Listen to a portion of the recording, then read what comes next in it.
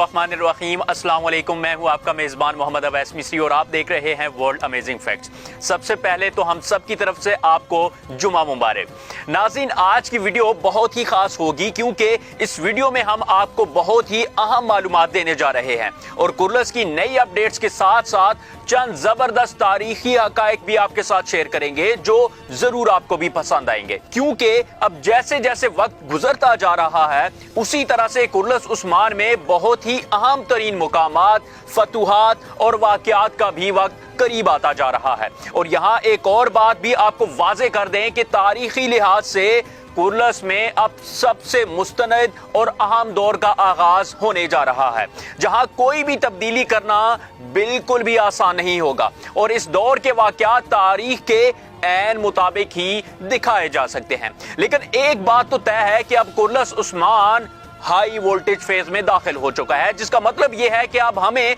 एक के बाद एक जबरदस्त वाकयात और मनाजिर देखने को मिलेंगे। लेकिन जहां पर उस्मान बे को बड़ी फतुहात हासिल होंगी तो वहीं पर उन्हें कुछ ऐसे दुख भी मिलेंगे जिन्हें शायद वो कभी भी भुला नहीं सकेंगे। और इसी हवाले से आज हम आपको बताएंगे कि अब कुर्लस में आगे क्या होने जा रहा है। और आज हम बात करेंगे कि कुर्लस उस्मान में कुछ तारीखी हकायक को नजरअंदाज किया गया और कुछ में ताखीर की गई, लेकिन ऐसा क्यों हुआ? क्या उस कले को फतह करने का वक्त आ गया है जिसे तुर्गत के नाम के साथ मंसूब किया जाता है? उन सब के पीछे दो बड़े हाथ हैं और उनमें से एक पौप आजम और दूसरा शहनशाह रोम है। अब वैसे तो इन दोनों के भी आपस में भरपूर इख्तलाफात रहे हैं, लेकिन उस्मान बे को रास्ते से हटाने के लिए दोनों ही एक पेज पर रहे। यहाँ आपको तारीखी हकायक बताते चलें कि निकोला, पेट्रोस, फ्लातियुस और कलानूस जैसे जितने भी दुश्मन सामने आए हैं उन सब ने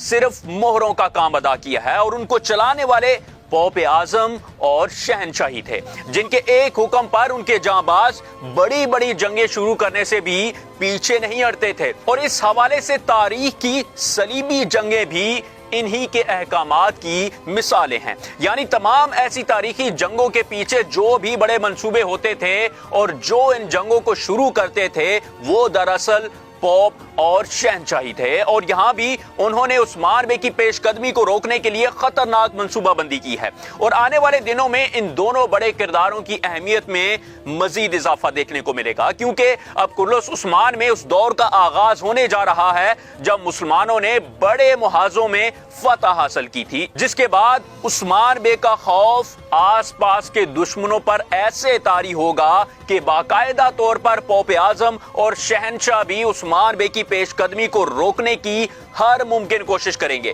क्योंकि इस दौर में उस्मानियों की उन जंगों का आगाज हुआ था जिसमें उस्मान बे और निकोला दोनों के साथ उनके इत्तेहादियों ने भी शमूलियत इख्तियार कर ली थी। और इस हवाले से पौप आजम और शहनशाह भी इल्म रखते थे और चूंकि इनके आपस में भी इख्तलाफात रहे हैं तो यहाँ इनकी पूरी कोशिश होगी कि आपस के इख्तलाफात को खत्म करके उस्मानियों को शिकस्त दी जा सके। ये तो तारीख के कुछ बड़े नामों का हमने आपके साथ जिक्र किया, लेकिन अब हम आपको कुछ ऐसे हकायक बताने जा रहे हैं जो आने वाले दिनों में आप देखेंगे और इसके बगैर कुर्लस उस्मान का आगे बढ़ना या मुकम्मल होना मुमकिन नहीं रहेगा। तो यहाँ आपको बता दें कि दुंदार बे का कुर्लस से रुखसत होना भी तारीख का हिस्सा तो जरूर है, लेकिन यहाँ पर यह सूरत हाल वक्त से पहले ही सामने नजर आ रही है। लेकिन इसके बाद कुछ ऐसे वाकयात हैं जो अब कुर्लस में दिखाए जाएंगे जिनमें से एक का तो सबसे ज्यादा मदाहों को इंतजार है। लेकिन यहाँ पर उस्मानियों की फतुहात का सिलसिला शुरू होने से पहले उन्हें कुछ मुश्किल मराहिल से भी गुजरना होगा और इस हवाले से आने वाले दिनों में एक बड़ा महाज दुमानीश के मुकाम पर होगा। चूंकि यहाँ सबकी नजरें निकोला के कले को हासिल करने पर मरकूज हैं, तो तारीख के मुताबिक निकोला से भी पहले उस्मान बे कराचा हसार को भी फतह करना चाहते थे, लेकिन इसी दौरान उन्हें दोमानीश के महाज का सामना करना पड़ा था। लेकिन इस जंग में निकोला बराह रास्त लड़ाई नहीं लड़ेगा, बल्कि अपने इत्तेहादियों के जरिए उस्मान बे को शिकस्त देने की कोशिश करेगा, क्योंकि जैसा कि हमने बताया था कि निकोला उस्मान बे को सियासत के जरिए भी शिकस्त देना चाहता है, तो बिल्कुल हमारे उन्हीं अल्फाज की तायीद कुर्लस की नई किस्में भी दिखाई गई थी, जहां पर कलानूस निकोला की सियासी जंग में महारत का एतराफ करता हुआ नजर आता है। लेकिन इसके अलावा एक और तारीखी सूरत हाल हमें कुर्लस में ترک قبائل کے اتحاد کی صورت میں بھی دیکھنے کو ملے گی۔ اور یہاں آپ کو بتاتے چلیں کہ تاریخی اعتبار سے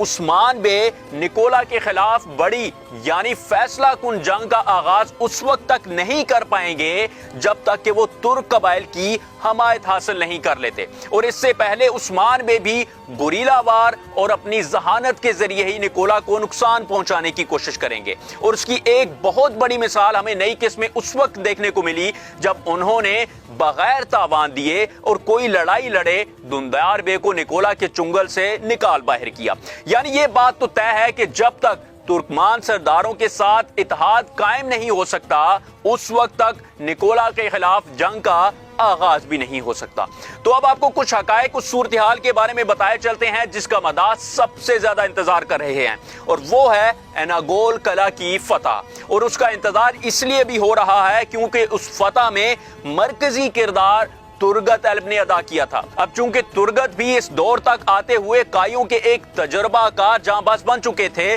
تو ان کا شمار بھی ترکمان سرداروں میں ہی کیا جا سکتا ہے، کیونکہ اناگول قلعہ کو فتح کرنے کے لیے عثمان غازی نے ترگت کی خدمات بھی حاصل کی تھی۔ تو عین ممکن ہے کہ ترکمان سرداروں کے اتحاد اور اناگول قلعہ کی طرف پیش قدمی کے وقت سردار ترگت کو بھی شامل کیا جائے۔ چونکہ اب اناگول قلعہ کا محاذ قریب تر آ چکا ہے تو یہاں ترگت کی آمد بھی ناگزیر بن چکی ہے۔ اور یہی نہیں بلکہ ہمارے ساتھ ساتھ آپ سب نے بھی اس بات کو محسوس کیا ہوگا کہ پچھلے کچھ عرصے سے کرلس عثمان کی کہانی کو ڈریگ کیا جا رہا ہے، اور پروڈکشن کی زبان میں ڈریگ کا مطلب ہوتا ہے کسی کہانی یا واقعے کو لٹکانا یا پھر اسے دکھانے میں تاخیر کرنا۔ تو کرلس کی کہانی کو ڈریگ کرنے کے پیچھے بھی صرف ایک ہی وجہ ہے اور وہ ہے ترگت ایلب، کیونکہ ان کی تاخیر کی وجہ سے کرلس کی کہانی میں بھی کچھ تبدیلیاں کرنا پڑ گئیں۔ لیکن اب جب کہ اناگول قلعہ کا وقت آ چکا ہے تو کرلس ٹیم کی طرف سے ترگت کے حوالے سے بھی بڑا فیصلہ ہونے کو ہے۔ آپ کو بتاتے چلیں کہ اناگول قلعہ کرلس عثمان کی کہانی اور عثمان غازی کی تاریخ کا ایک اہم ترین حصہ ہونے کے ساتھ ساتھ عثمانی سلطنت کی بنیاد رکھنے والی فتوحات میں سے بھی ایک ہے، اور یہی وجہ ہے کہ اس کی اہمیت میں اضافہ دکھایا جا رہا ہے، کیونکہ اناگول کا محاذ ایک بڑا محاذ دکھایا جائے گا اور اس جنگ میں دونوں اطراف میں سپاہیوں کی بڑی تعداد دیکھنے کو ملے گی۔ یعنی اس بات میں کسی قسم کا کوئی شک و شبہ نہیں رہ جاتا کہ کرلس عثمان کے بڑے محاذوں میں سے سب سے زیادہ اہمیت اناگول محاذ کی ہی ہے، جس کی وجہ ترگت ایلب ہیں۔ لیکن ناظرین یہاں دلچسپی سے بھرپور ایک صورتحال ہم آپ کے لیے بھی لے کر آئے ہیں، اور وہ بھی اناگول قلعے کے حوالے سے ہی ہے۔ اور آج کا سوال یہ ہے کہ کیا اناگول محاذ کو ترگت کے ساتھ ہی دکھانا ضروری ہے یا پھر ان کے بغیر بھی دکھایا جا سکتا ہے؟ یہ ایک بہت ہی پیچیدہ صورتحال ہے، اس لیے ہمیں اپنے جواب سے ضرور آگاہ کریے گا کہ اناگول کے محاذ پر ترگت کو ہونا چاہیے یا نہیں۔ آپ کے جواب کا ہمیں ضرور انتظار رہے گا، لیکن جانے سے پہلے ہماری اس ویڈیو کو لائک کرنا بالکل مت بھولیے گا، اور اسی کے ساتھ ہی ہمیں دیں اجازت۔ اللہ حافظ۔ یہ ویڈیو سوشون کے تعاون سے پیش کی گئی ہے۔ سوشون پاکستان کا national social media network ہے۔ اپنا اکاؤنٹ بنانے کے لیے soshon.com پر جائیں یا گوگل پلے اسٹور اور ایپل ایپ اسٹور سے سوشون ایپ ڈاؤن لوڈ کریں اور پاکستان کا اپنا سوشل میڈیا استعمال